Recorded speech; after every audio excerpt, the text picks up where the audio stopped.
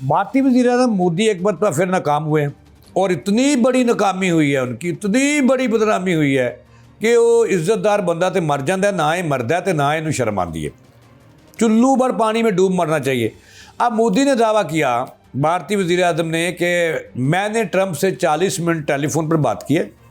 और मैंने उन्हें कहा है कि जनाब वाला हम सालसी के लिए तैयार है।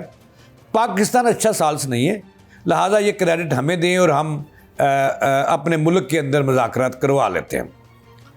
अब सुनिएगा ज़रा, खुद ही बताते हैं और उसका मीडिया इसका मोर लगा रहा है कि इस पर रजामंद नहीं हुए ट्रंप,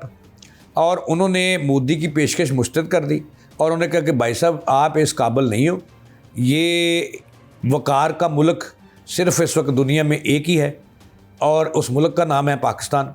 और दो बंदे हैं उसके, एक शहबाज शरीफ और दूसरे फील्ड मार्शल आसिम मुनीर। वो मुखलस कोशिशें कर रहे हैं, वो ही मुज़ाकरात कराएंगे और मुज़ाकरात का जो फाइनल है वो इस्लामाबाद में होगा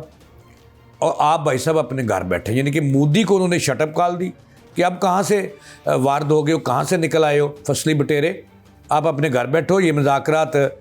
पाकिस्तान ही कराएगा और सालसी भी वही कराएगा और जंगबंदी भी वहाँ होगी।